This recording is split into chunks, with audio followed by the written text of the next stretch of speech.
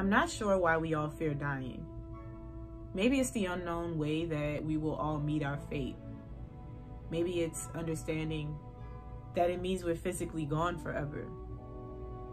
In either case, many of us, even after experiencing just how real death is, say after losing a loved one or seeing it firsthand in even a stranger, we continue to take the life we do have for granted.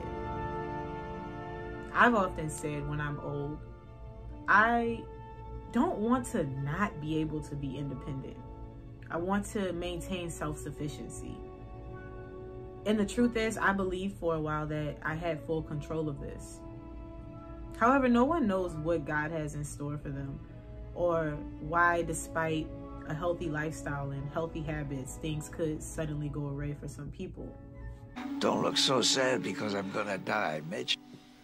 Everybody's gonna die, even you. But most people don't believe it. They should have a bird on their shoulder. That's what the Buddhists do. Just imagine a little bird on your shoulder, and every day you say, "Is this the day I'm gonna die, little bird? Huh? Am I ready? Am I leading the life I want to lead? Am I the person that I want to be?" If we accept the fact that we can die at any time, we lead our lives differently.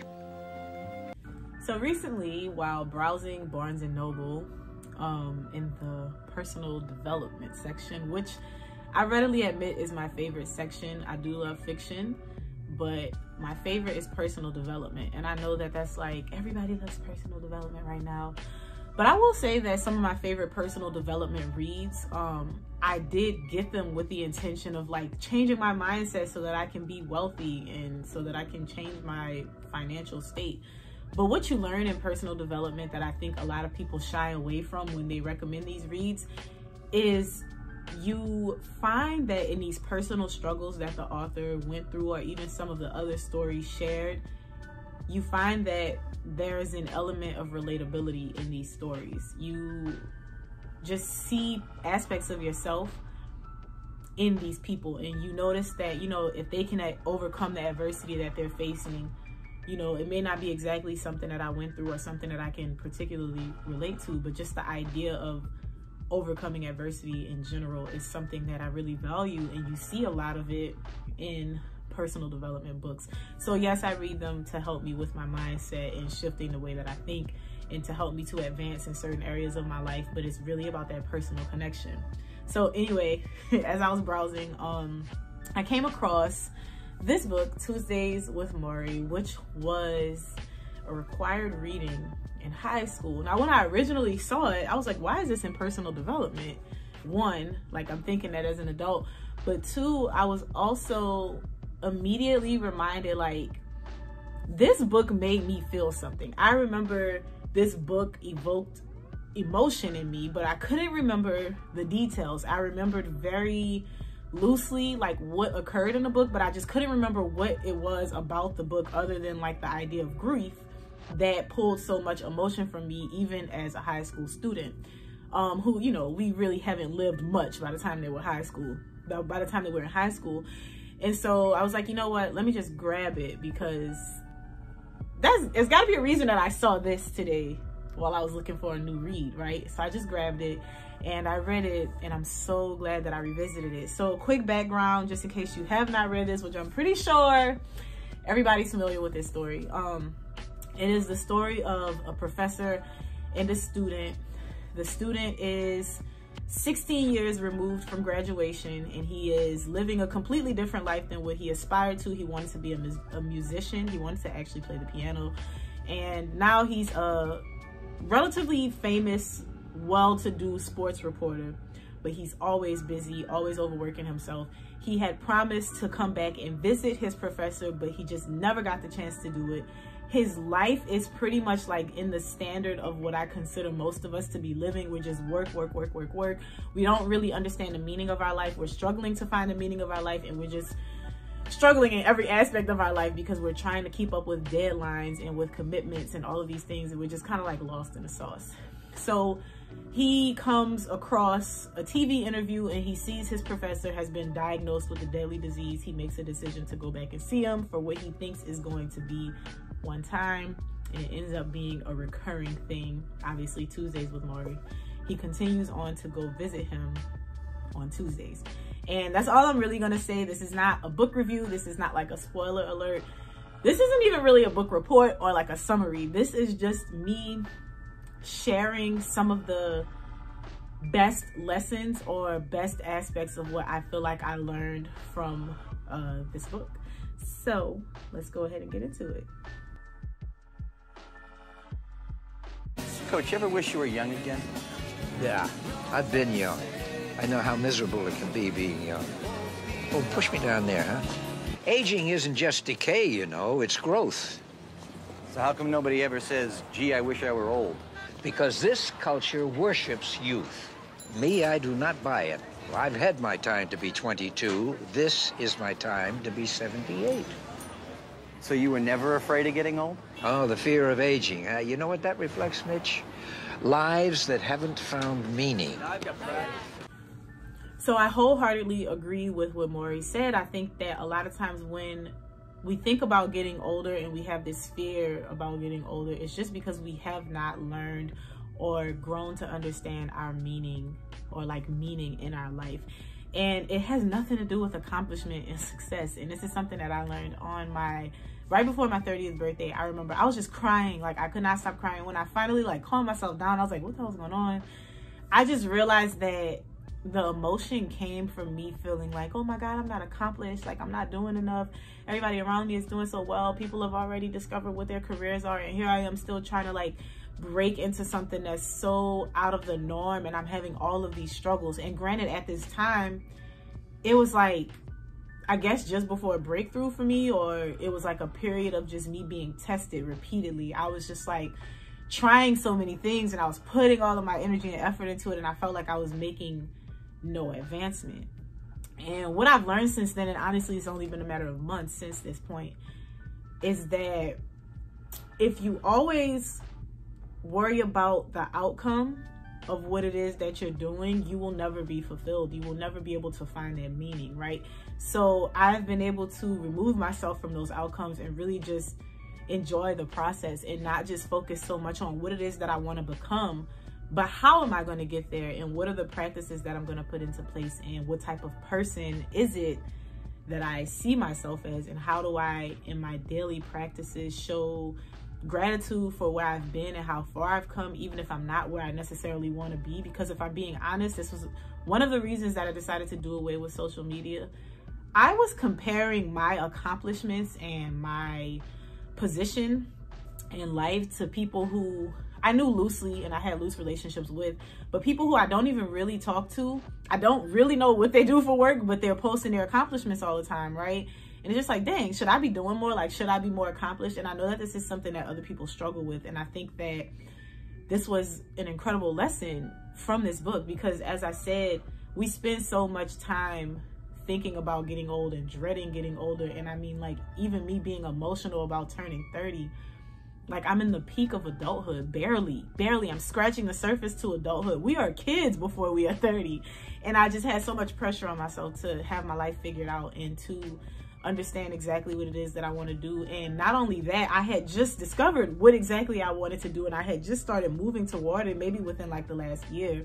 So even having this unrealistic pressure on myself to have attained all of these things within a year's time was insane, without showing appreciation and gratitude for how far I had come. So I think that we do have this ridiculous concept about getting old and we fear it.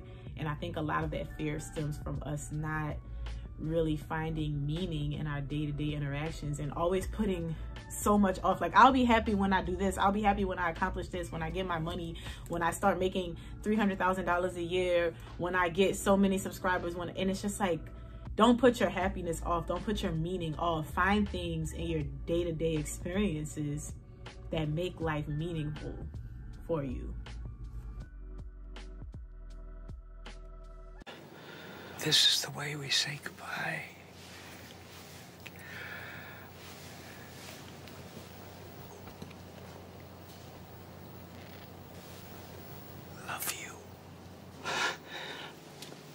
love you too, Coach. So the second thing is this idea of being present and learning to pay attention. There's a portion in the book where Mitch mentions that there was a part in his class in college where Morrie was teaching them about paying attention. And at the time as a student, everybody's like, well, you know, we don't need that. Why is this important? Why do we have to learn this? And he says that later he realized that this is one of the most important lessons that he learned while in college. So this is a conversation that Mitch and Morrie were having on one of the Tuesdays that he came to visit. Part of the problem, Mitch, is that everyone is in such a hurry, Morrie said. People haven't found meaning in their lives, so they're running all the time looking for it. They think the next car, the next house, the next job. Then they find those things are empty too, and they keep running. I'm gonna skip ahead. And he says, do you know what I do when someone wants to get ahead of me in traffic? When I used to be able to drive, I would raise my hand. He tries to do this now, but his hand lifted weakly, only about 6 inches. I would raise my hand as if I was going to make a negative gesture, then I would wave and smile. Instead of giving them the finger, you let them go and you smile. A lot of times they smile back. The truth is, I don't have to be in that much of a hurry in my car. I would rather put my energies into people. He did this better than anyone I'd ever known. Those who sat with him saw his eyes go moist when they spoke about something horrible or crinkle in delight when they told him a really bad joke. He was always ready to openly display the emotions so often missing from my baby boomer generation. We are great at small talk.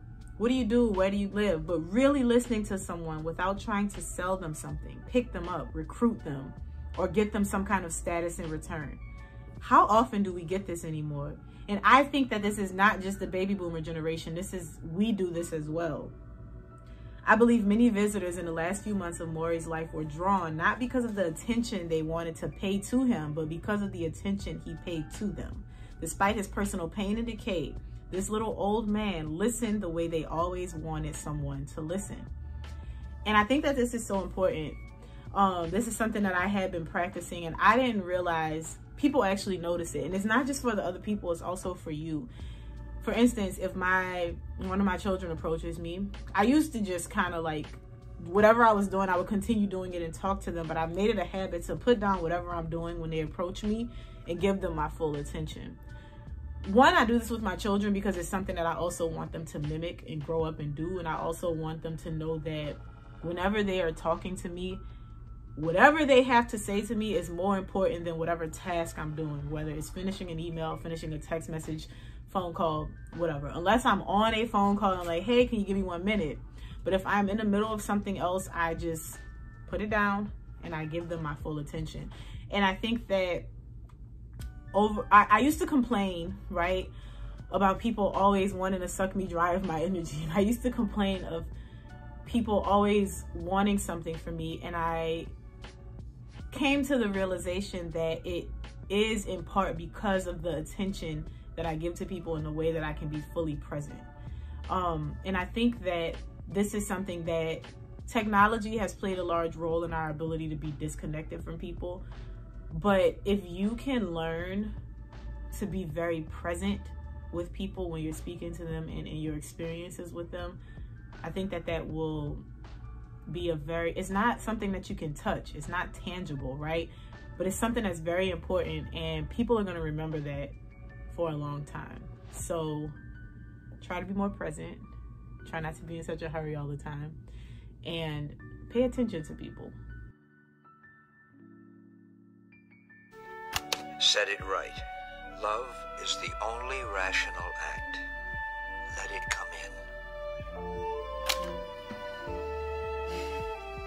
So another important aspect that they spoke about, or that Morrie really spoke about in this book, is the idea of respect, compromise, and vulnerability and values in a marriage. And this was really important to me as well because I had a tumultuous marriage, particularly in the beginning, and a lot of it had to do with the fact that we just didn't really have a lot of guidance. And I think that it's very funny that a lot of times in our culture, marriage is something that people look up to and everybody wants to do it, and people will readily explain to you how important it is and that you should do it and it's wonderful to do it, but then there's almost no guidance into having advice on how to sustain your marriage or what to expect or things that might happen and what you may go through. It's similar to pressuring people to go to college without giving them the real spill on what happens if you maybe choose a degree that's not really relevant to today's society, or telling people to start a business and glamorizing the benefits of being your own boss without talking about some of the aspects that may be a little bit more painful. It's just kind of like you're not really giving full disclosure. And I feel like this one excerpt, if someone would have told me this when I got married or during my marriage or when we were going through the things that we went through, it would have been so helpful for me. So I'm not going to read the whole thing. I'm just going to read a few pieces. Morrie says, well, I feel sorry for your generation. In this culture, it's so important to find a loving relationship with someone because so much of the culture does not give you that. But the poor kids today, either they're too selfish to take part in a real loving relationship, or they rush into marriage and then 6 months later they get divorced. They don't know what they want in a partner. They don't know who they are themselves. So how can they know who they're marrying? It's sad because a loved one is so important. You realize that, especially when you're in a time like I am, when you're not doing so well. Friends are great, but friends are not going to be here on a night when you're coughing and can't sleep, and someone has to sit up with you all night to comfort you, to try to be helpful. And then he says, still, there are a few rules I know to be true about love and marriage. If you don't respect the other person, you're going to have a lot of trouble. If you don't know how to compromise, you're going to have a lot of trouble. If you talk openly about what goes on, if you can't talk openly about what goes on between you, you're going to have a lot of trouble. And if you don't have a common set of values in life, you're going to have a lot of trouble. Your values must be alike. Your belief in the importance of your marriage is also important. And like I said, I think that hearing that and having this idea and understanding that many of us do rush into marriage, many of us do have all of these things that we want to find in a partner, but we have yet to discover who we are. Like in my case, for instance, I got married at 21.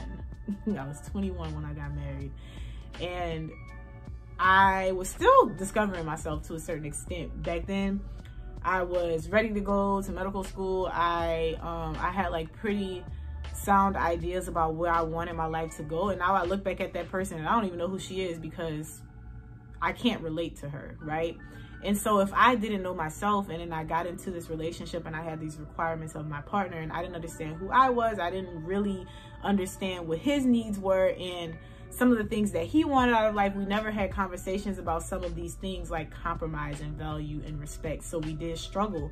And I just think that that's something that we really don't talk about. Like we talk about infidelity, you know, and we talk about being committed, and we throw all of these terms around very loosely, but we don't have these very in-depth conversations about the importance of respect. Because I think that if you respect your partner, no matter what you go through, that you can get through it because there's respect. And when you respect a person, there are certain things that you will do and that you won't do because you respect that person too much. Same thing when you understand compromise, right? When you are not so up your own ass and you can say, hey, you know what? You got it this time. Or you can compromise on something that maybe you want. And compromise can be big or small, so I don't want to get into that one. But I also think that values are important. And I think that that was another place that we struggled, because I'm not a very materialistic person, but my husband can be. And so we viewed things a lot differently. I'm okay with a lot less because I didn't grow up severely underprivileged in the way that he did. So a lot of those values and understandings that we had to talk about these things, and we weren't aware of them before. And I think that if we talk about these things before we get into these relationships, we could be a lot better off. So I don't know if that's a big lesson, but it's something that really stood out for me. Death ends a life, not a relationship. This idea of leading and living with love, Morrie says that death ends a life, not a relationship. And this is something that is really important, because if I think back on one of the deaths that impacted me the most was my maternal great-grandmother. And it's so weird because I had like all of these things happened after she died where I felt like her presence was there, like she was guiding me, or I could remember some of the things that she would say, and it would help me to navigate through certain situations and relationships. And I think that is really significant what he says. He says, as long as we can love each other and remember the feeling of love we had, we can die without ever really going away. All the love you created is still there. All the memories are still there. You live on in the hearts of everyone you have touched and nurtured while you were here. And the last thing that he said before the tape recorder went off was, death ends a life, not a relationship. And like I said, I think that this is so important, because if you live your life with love, I think so many of us worry about like being remembered when we're gone, or maybe not being as accomplished or whatever. But what I know to be true, and in my experience, is that that particular relationship, the one that has impacted me the most, as far as death, and the memory still being there, and still having the comfort and the guidance, and sometimes feeling like I can have a conversation with her. Not saying that I sit here and I talk out and I speak out to her, but just saying that those experiences and those conversations are still there. I think it has a lot to do with the fact that my relationship with her has continued, and I can remember just sitting with her and not really saying anything and being comfortable in the silence, or sitting with her and just feeding my baby, or sitting with her and just chatting about what was going on, or her sharing with me stories, like silly stories or things that happened, and being able to still feel that love and still feel that connection. It doesn't always feel like a loss. Like, yes, I would love to physically go and see her and sit in her presence, but a lot of times I can still feel like that relationship is helping me to navigate through certain aspects of my life, just because there was so much love and genuine emotion and affection there. And I think that that's important too. We sometimes forget that we have this incredible opportunity to make meaningful connections with people and to spread love, right? And to be generous and to be giving and to make these lasting impressions and build these beautiful bonds with people, so that one day when you're not here, those memories will be held close to people. And that is how you live on. You live on through love, not through being like spiteful and nasty to people, but through the love and the affection that you gave in your life. It can feel as though that relationship did not end. Forgive everybody everything. Now, don't wait. Not everybody has the time that I'm getting. So the final thing that I want to speak on is one of my favorite things to talk about, forgiveness. And it's one of my favorite things to talk about because I struggle so much with it. Even though I know that it's something that I should practice regularly, I oftentimes have to coach myself through it. And I really thought it was interesting that in this conversation about forgiveness, he spoke about forgiveness of other people, but also of ourselves. So the first was, Morrie had a friend named Norman, and they were really close. But when Charlotte, Morrie's wife, got sick and Norman and his wife didn't reach out to them to check on her, Morrie and Charlotte were really